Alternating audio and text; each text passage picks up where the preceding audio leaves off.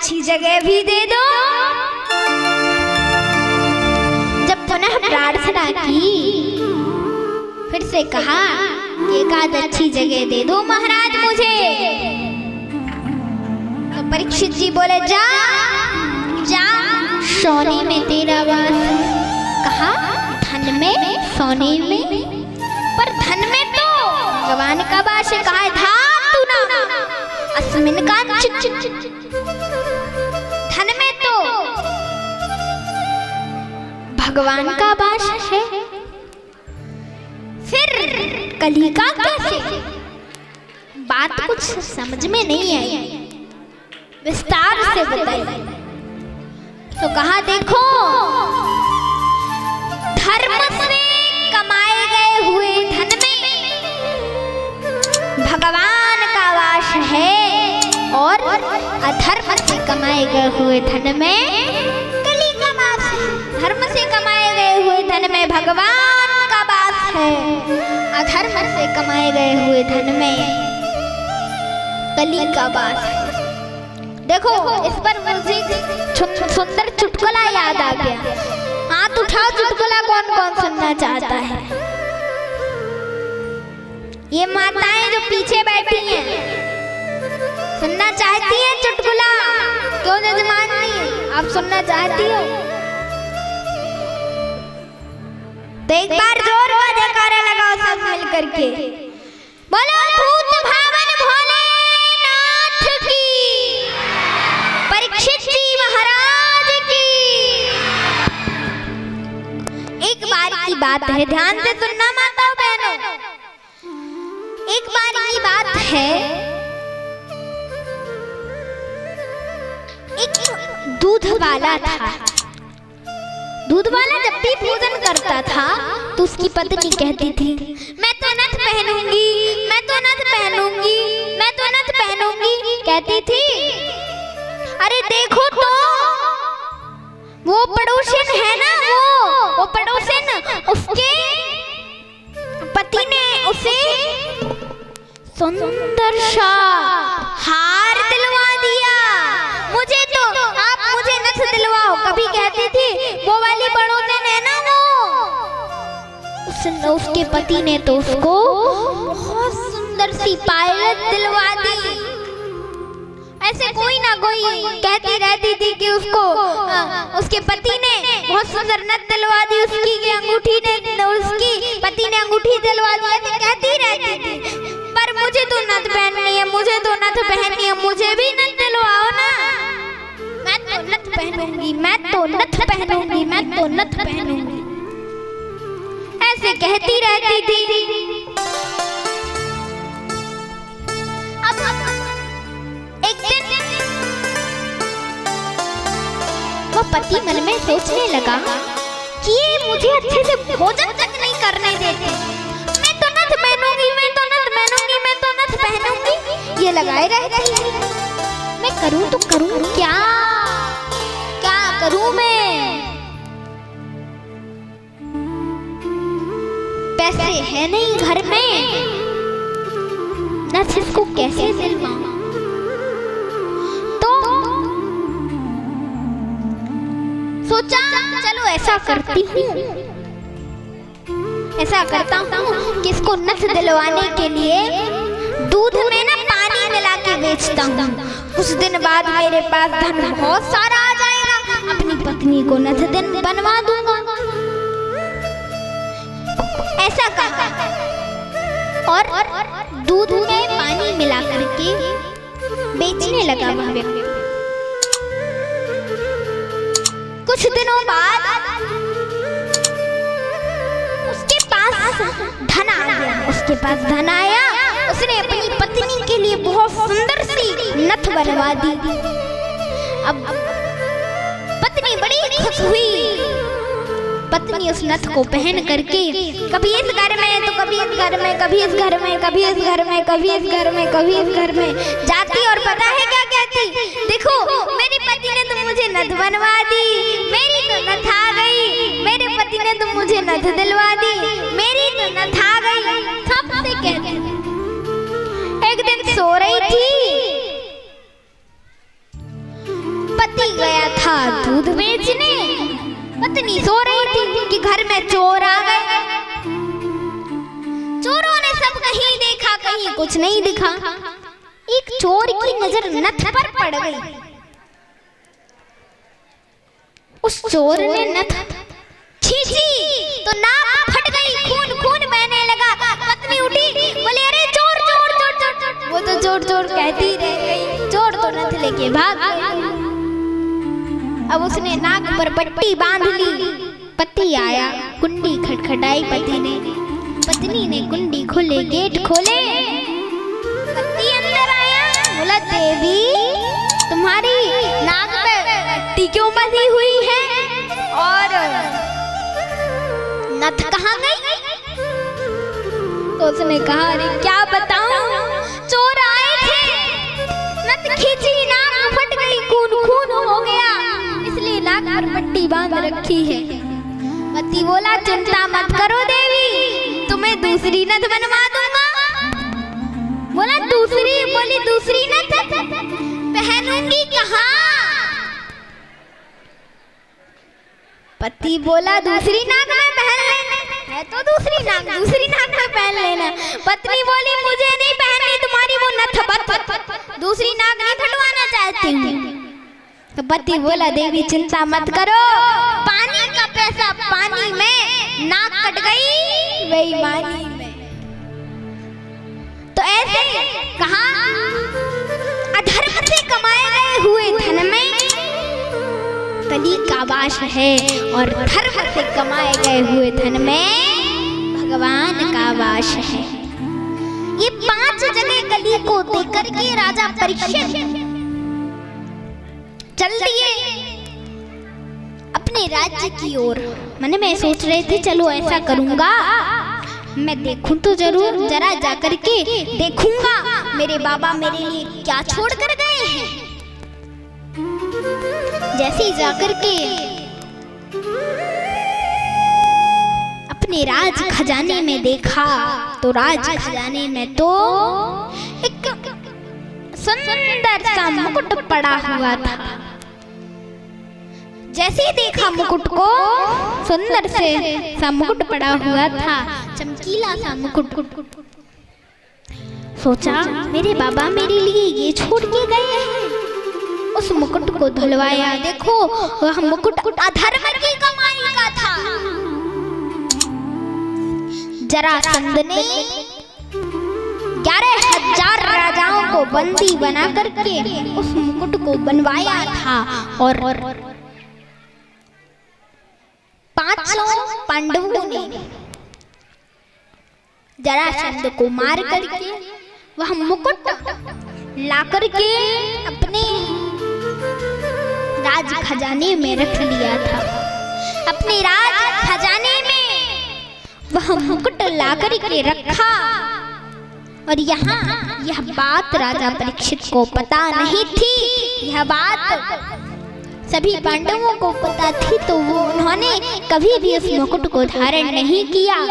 राजा परीक्षित को पता नहीं थी। राजा परीक्षित ने उस मुकुट को धुलवा करके धारण कर लिया। जैसे ही धारण किया तो सर पर कली सवार हो गया, सर पर कली सवार हो गया। जिस राजा ने कभी एक मच्छर को नहीं मारा, जिस राजा ने कभी एक चींटी को नहीं मारा, एक चींटे को नहीं मारा, उस राजा के मन में आज शिकार खेलने की इच्छा जागृत हो गई, इच्छा जाग उठी। घोड़े पर सवार होकर के, घोड़े पर सवार होकर के शिकार खेलने के लिए जंगल पहुंचे। शिकार खेलते खेलते प्यास लगाई, बहुत जोर की प्यास लगी थी। तो पास में देखा, पास में ही ऋषि, एक ऋषिवर का, शमीक ऋषि का आश्रम था। शमीक ऋषि के आश्रम में शमीक ऋषि समाधि लगा के बैठे हुए थे। राजा परीक्षित ने देखा तो राजा परीक्षित बोला, अच्छा देखो ये ढोंगी बाबा को, जब तक मैं नहीं आया था तब तक इसका पूजा पाठ कुछ नहीं चल रहा था, बैठा था। मैं आया तो उसने समाधि लगाने का बहाना कर लिया, समाधि लगाने का बहाना कर लिया। अरे बहनों कुछ नहीं है, पीछे को काहे को देख रही जब कुछ है ही नहीं है। तो समाधि लगाने का बहाना कर लिया मुझे देखकर किसने? अभी देखता हूँ। देखो सिर पर कली सवार था, तो एक ऋषि पर भी क्या लग रहे थे? ढोंगी बाबा लग रहे थे। एक ऋषि भी ढोंगी बाबा लग रहे थे। पास में देखा मरा हुआ सर्प पड़ा था, उठाया और शमीक ऋषि के गले में लपेट दिया। जब शमीक ऋषि के गले में लपेटा तो शमीक ऋषि तो समाधि में थे, उनको तो कुछ पता ही नहीं चला। लेकिन क्रोध में होकर के घोड़े पर सवार होकर के राजा परीक्षित वापस लौट करके घोड़े पर सवार होकर के आए। जैसे मुकुट उतार करके रखा सिर पर, जो कली सवार था, कली का प्रभाव उतर गया। मन में सोचा, अरे मैं ये क्या कर आया, कितनी बड़ी भूल, कितनी बड़ी गलती कर आया, ये मैंने क्या कर दिया। ये हाथ इतना बड़ा पाप करने से पहले जल करके राख क्यों नहीं हो गए। इन हाथों से मैं जिन ऋषिवर को, जिन गुरुओं के गले में फूल माला डालता था, आज उन्हीं हाथों से मैंने कितना बड़ा पाप कर दिया, कितना बड़ा पाप कर दिया। जिन हाथों से ऋषियों के चरण दबाता था, आज उन्हीं हाथों से एक ऋषि के गले में सर्प लपेट दिया। कितना बड़ा पाप किया मैंने, उन्हीं हाथों से इतना बड़ा पाप कर दिया। बड़ा दुख हुआ। यह बात जब श्रृंगी ऋषि तक पहुंची, यह बात जब श्रृंगी ऋषि तक पहुंची कि अरे मेरे पिता के गले में राजा परीक्षित ने मरा हुआ सर्प डाल दिया। ये बात जब श्रृंगी ऋषि तक पहुंची तो बड़ा दुख हुआ, बड़ा क्रोध आया, गिलानी हुई। हाथ में जल लिया और शराप दे दिया कि जिस राजा परीक्षित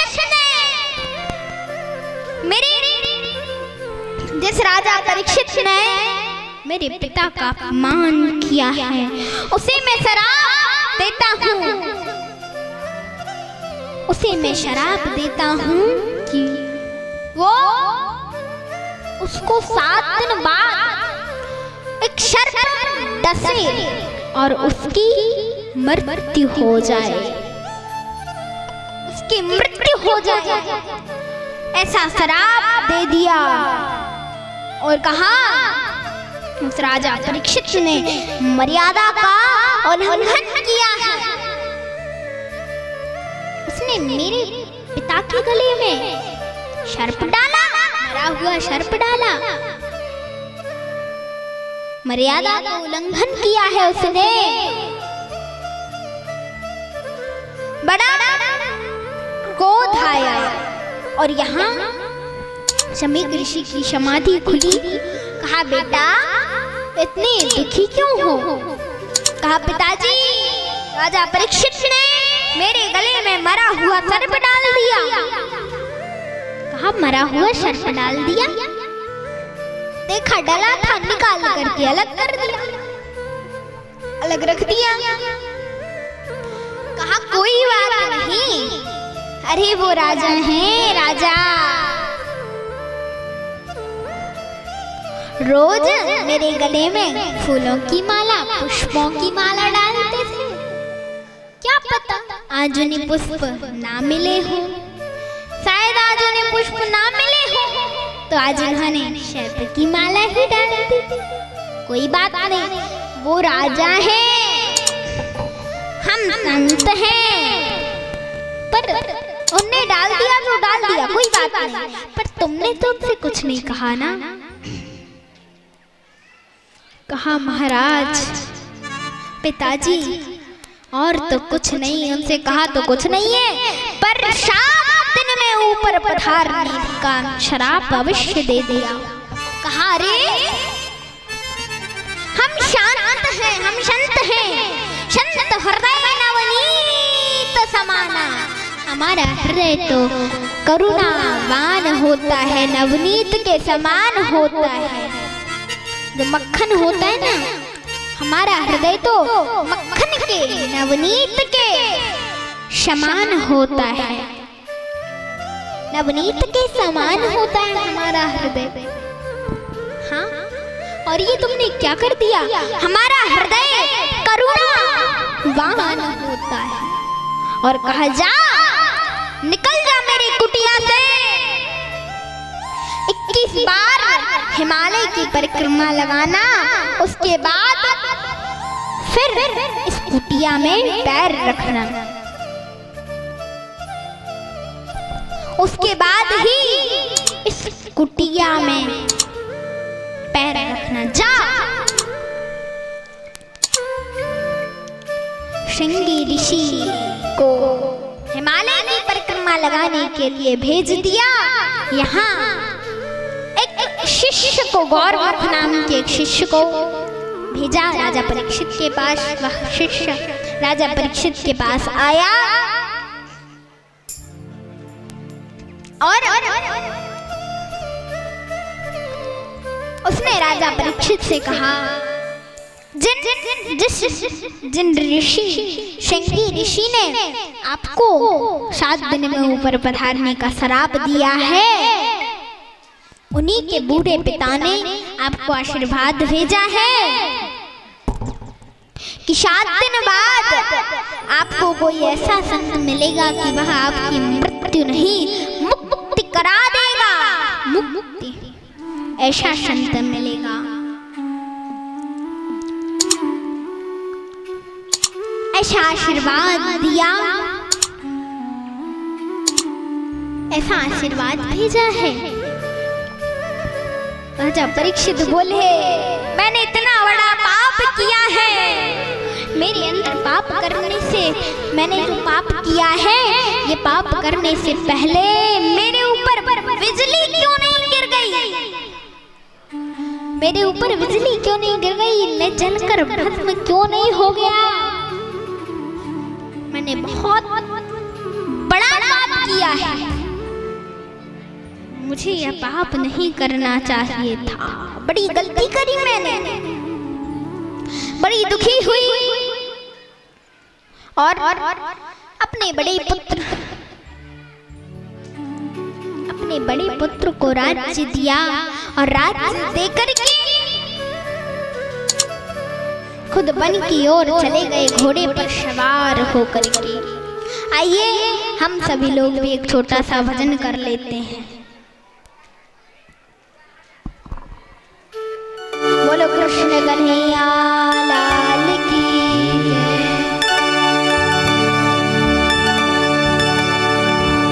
सजा दो घर को गुल से निसार, सजा दो घर को गुल से संसार मेरे सरकार आए हैं। नीरे गा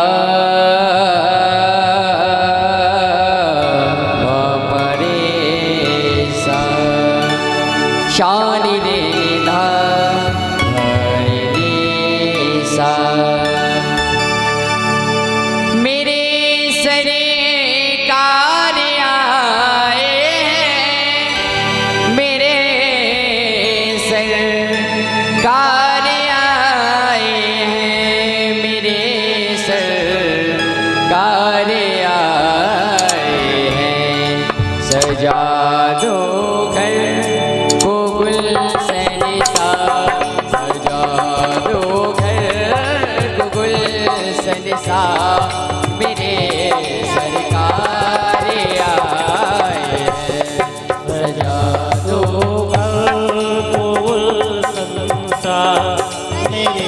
सरकार आए हैं। मेरे सरकार आए हैं। मेरे सरकार आए हैं।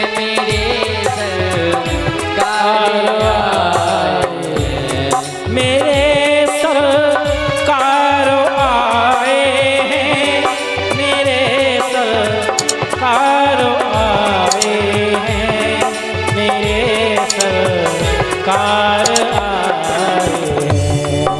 लगे कुटिया लगे कुटिया लगे कुटिया भी दुल्हन से मेरे सरकार आए।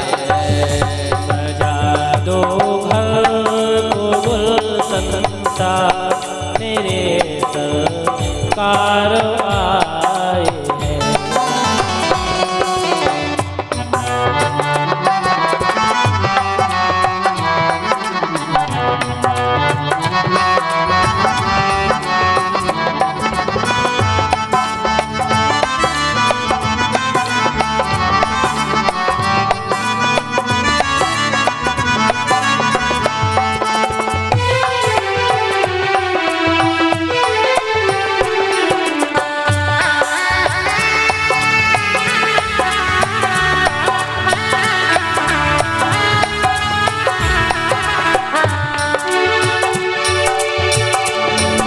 पखारो इनके चरणों को बहाकर प्रेम की गंगा बहाकर प्रेम की गंगा।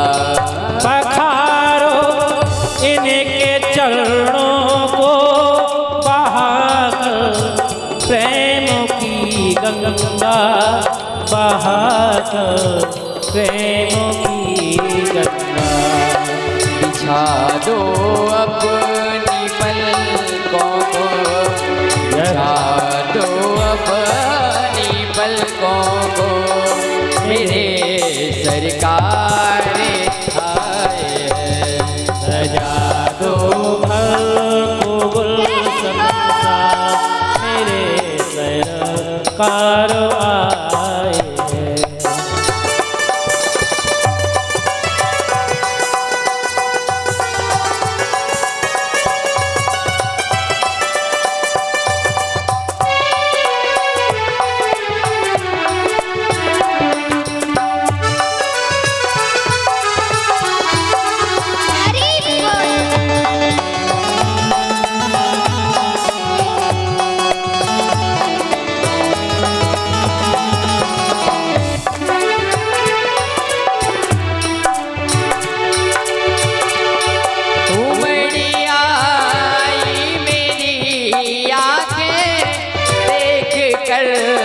अपने बाबा को देख कर अपने बाबा को उमड़िया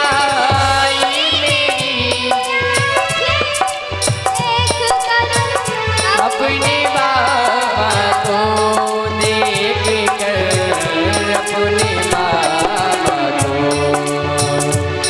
लगे कुटिया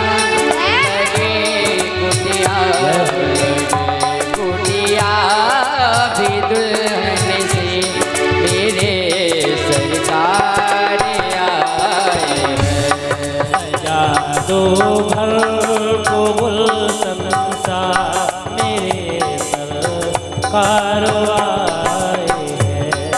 मेरे सरकार आए हैं, मेरे सरकार आए हैं, मेरे सरकार आए हैं। मेरे सरकार आए हैं, मेरे सरकार आए हैं, मेरे सरकार आए हैं। सजा दो घर, सजा दो घर, सजा दो घर, सजा दो घर को गुलशन सा। अरे सा समपारे सा सा सा समपारे रे सा सा सा ग म म म म रे सा सा सा रे रे धा धा धा रे रे सा रे धा धा रे धा धा रे धा धा रे धा धा रे धा धा रे धा धा रे धा धा रे धा धा रे धा धा रे धा धा रे धा धा। सजा दो घरे को गुलशन सा मेरे सरकार आए। सजा दो घर को गुलशन सा मेरे सरकार आए मेरे सरकार आए, मेरे सरकार आए हो सरकार आए हैं। सजा दो घर को गुलशन सा, सजा दो घर को गुलशन सा मेरे सरकार आए हैं। सजा दो घर को गुलशन